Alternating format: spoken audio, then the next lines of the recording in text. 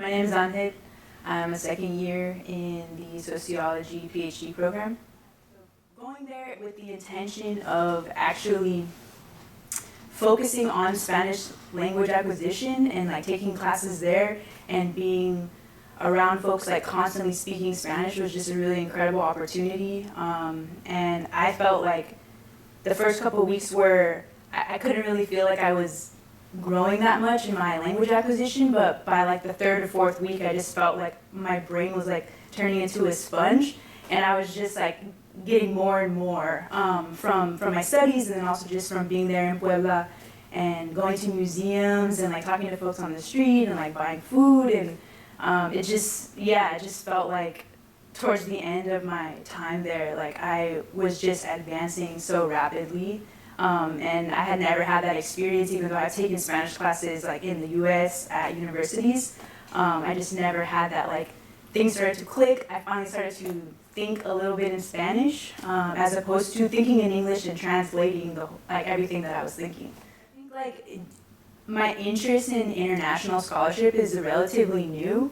When I did a master's program here at Berkeley, I guess almost like 5 years ago, when I started, I was like against international research, not because I thought it was bad. I loved to read about it, but I just felt like, oh, I was born in the U.S., like I should focus on where I came from. Like I'm from the U.S.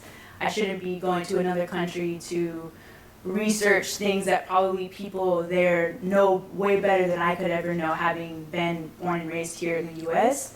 I think that started to shift a little bit for me when I started to read more international scholarship, and I think one of the barriers that I had was not feeling confident to read academic scholarship in Spanish, and feeling like I was really limited to things that were produced by Mexican scholars but had been translated to English, as opposed to being able to read original academic articles or journals or books. And so even though I still feel like my academic Spanish could use another, 6 months of work, I do feel like I broke kind of a barrier within myself to be able to like challenge myself to try and take on some academic, like actually consume academic scholarship in Spanish.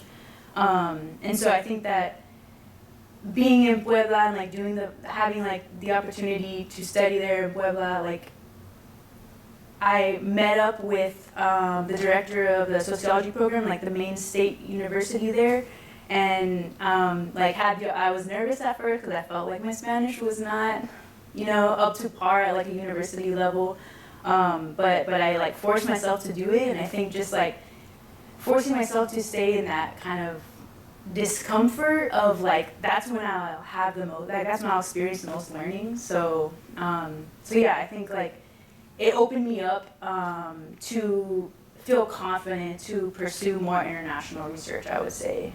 Something that I had kind of a block in me before, but I think that this experience really kind of like built up my confidence a bit and made me feel like this is something that I could do. I have to just keep working on the language.